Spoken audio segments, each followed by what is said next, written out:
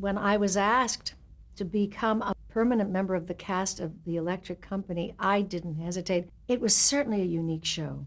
There was nothing ever like it on television. And to this day, there really isn't. Nothing, I think, equaled it, aside from the fact, that it had an extraordinary cast of Cosby, Morgan Freeman, myself, Skip Hinant, who was wonderful, Judy Grobart, who was fabulous, who came from Second City, by the way. It was like no other show. It had wit. Till that time, children's shows did not have wit. They could be knocked down, that kind of stuff, comedy, where people rolled around, but they didn't have that kind of wit. We were very, very sophisticated. And there was always a constant internecine battle between what was important to give the kids and what was going to teach the lesson. And I so admire Joan Gans Cooney, who is Children's Television Workshop, for saying, yes, we want to teach the lesson, but we have to engage their attention first.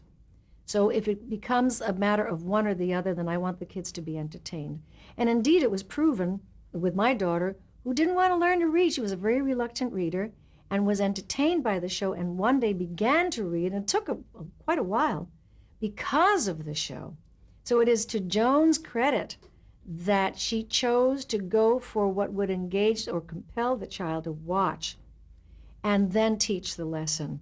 That was very, very important, and it was always kind of a battle. And on the other hand, when we were doing a skit, the lesson was also extremely important, and how to teach it became a challenge. The words above our head, should they be here? Should they be in the middle? Should they be on a card that we would point out? And they tested and tested and tested this, and it took a long time before they realized, by having the show in a playroom with children, that children, it's fascinating, and she may have told you this, will learn even when they're not watching, when they're playing. That's one thing they learned about the Electric Company.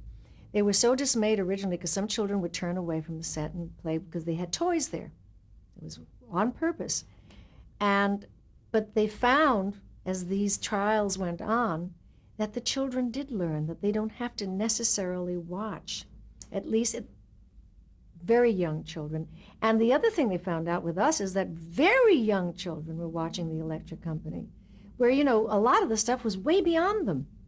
But they watched anyway, and were learning from it anyway. Now, I can't exactly recall where the letters were best.